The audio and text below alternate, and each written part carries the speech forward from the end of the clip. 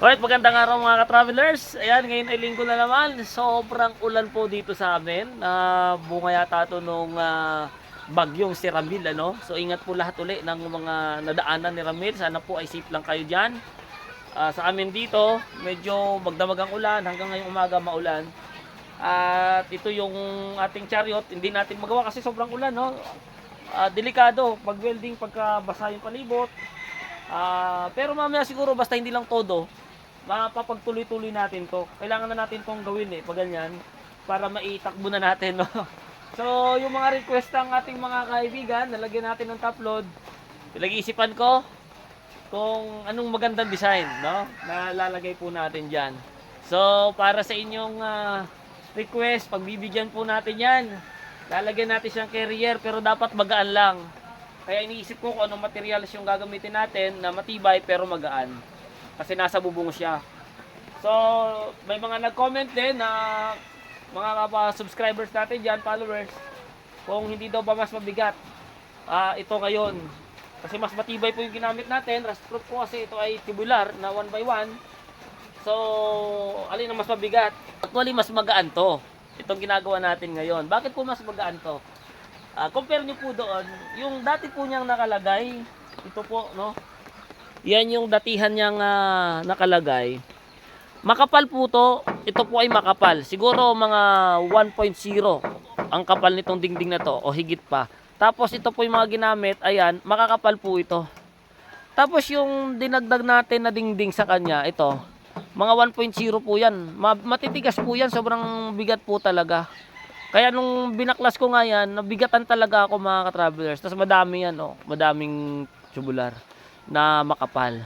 So ito naman sa atin, magaan po ito. Sapagkat ito ay dalawang tubular lang. Ito po, dalawang tubular lang po to ang ginamit natin dito. So magaan lang po siya. At bale dalawang naubos natin ay dalawang ganito, angle bar.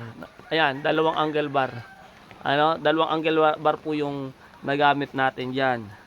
At dalawa din na lane sheet na ganito, pero hindi pa naman totally siya na uubos. Meron pa tayong mga retaso para naman dito sa baba.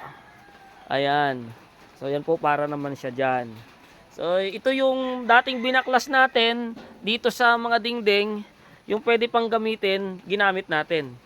O yan yung nilagay natin diyan. So meron pa yan sa mga gilid. Siguro yung iba pa dyan makukuha natin. Ayan. Yun na po yung gagamitin natin para dito, para mabuo. So meron pa tayong natira para dito naman. Yung mga plain sheet natin na mga ganon. Pag ganyan po yan, paikot uli yan dyan na mas maganda. So may nagtatanong po, no, sa ating mga subscriber, alin ang mas maalwan na gamitin sa kay chariot at sa tricycle patungo po ng Mindanao o sa travel kahit saan ka pupunta, yung malayuan. Honest na sagot mga ka-travelers, kami po ay nagsimulang maglakbay na naka-tricycle since 2015. Luzon, Visayas, Mindanao hanggang Northern Luzon, Tarlac, Mindoro hanggang Palawan po, ano, nagamit natin yan. So medyo mabigat po ang tricycle. Kahit gaano kaganda po ang kasa ng tricycle, hindi ka po masyado makaka-relax. Bakit po? Kasi ang position po ng motor kapag ka-tricycle, yung side wheel po niya o yung sidecar niya ay ito po ay laging hila. So ibig sabihin, hindi ka pwedeng makarelax ng mahabang panahon. Kasi kailangan laging pigil ka dito, kontrolado. Tapos pag pababa naman at pepreno ka, ito naman ay maaring tumilapon ganon. So ang tulak niyang pagpababa at nagpreno ka, ang sidecar mo ay laging patulak sa kaliwa, pag ganun po.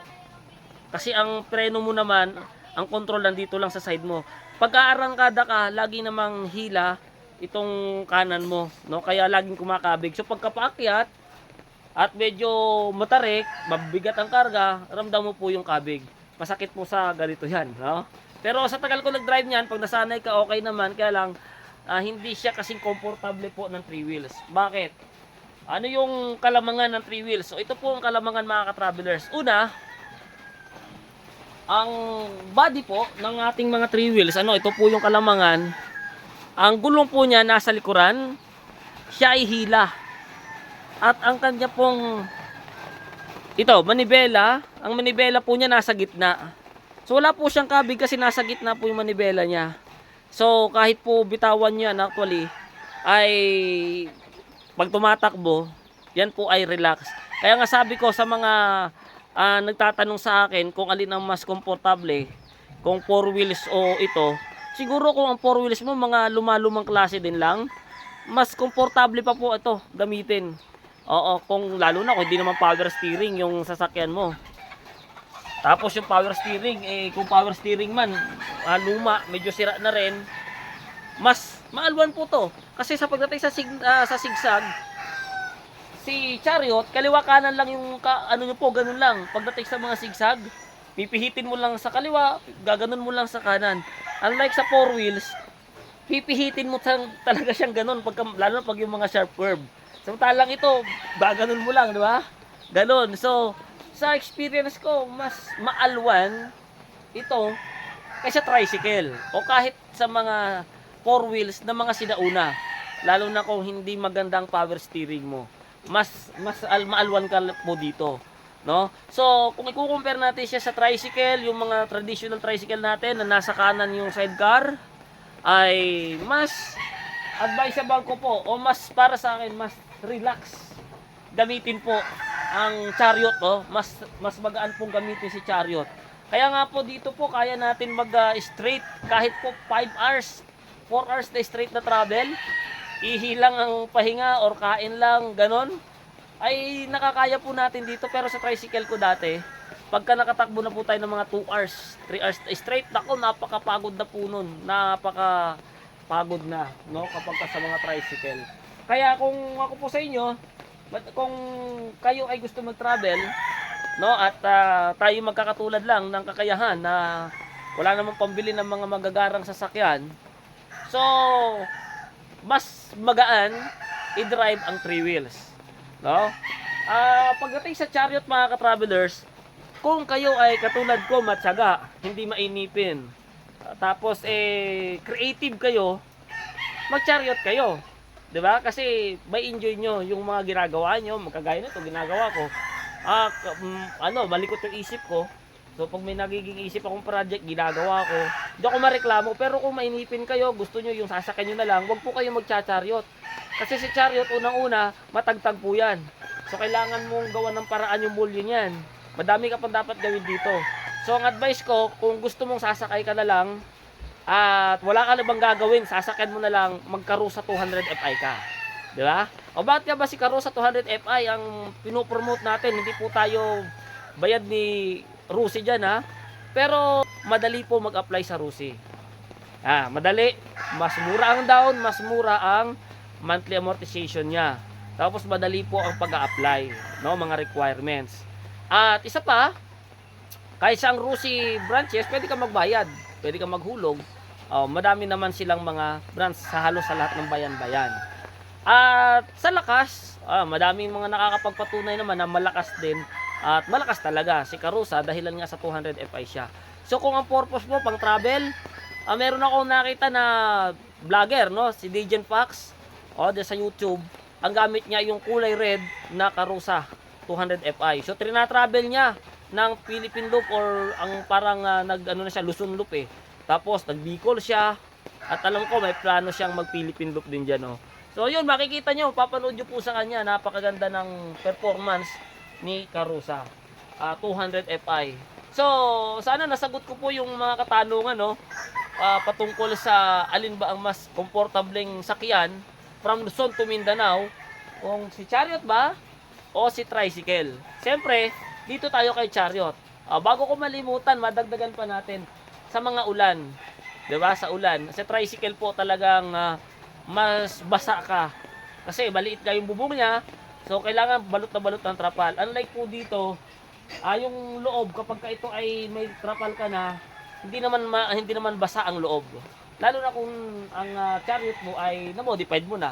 Pero kung ang Chariot mo yung stock, nakakabasa din, nakakabasa din kung yung stock. So kailangan mo pa rin siyang gawa ng paraan na huwag kang mabasa sa loob. At yung sa driver side, no, dito, ito yung medyo disadvantage kay Chariot. Ayan, palibasa air-cooled po kasi ang makina natin mga travelers. Dapat pasilip natin. Nandyan yung makina niya. So kailangan niya ng hangin doon. Kaya bukas po yan. So hindi nyo pwedeng sarhan yan kasi mag-overheat yung init po ng makina. Pero kung magagawan sana ng paraan na yung makina natin magkaroon ng sariling cooling system para kahit tumatakbo ay sarado yun dyan para hindi maulanan, hindi mabasa, pwede sana. So kung merong mga magagaling na mekaniko dyan na kaya pong i-convert ng stock na may cooling system yung ating chariot para pwede nating isarado yung harap, mas maganda sana. Para sarado, so kahit umulan, hindi tayo mababasa kasi yun lang po yung nakakabasa talaga pagdating sa driver, yung harapan, kasi nga open siya. Pero pagdating sa comfort ng pagdadrive, komportable po si chariot kaysa sa tricycle. So sana nasagot po yung inyong mga tanong. Maraming salamat. Sundan nyo po, abangan ang mga susunod pa na episode, part nitong ating chariot hanggang sa makumpleto na siyang mabuo at matapos para sa ating mga paglalakbay. Magandang araw, keep safe, ride safe sa inyong lahat.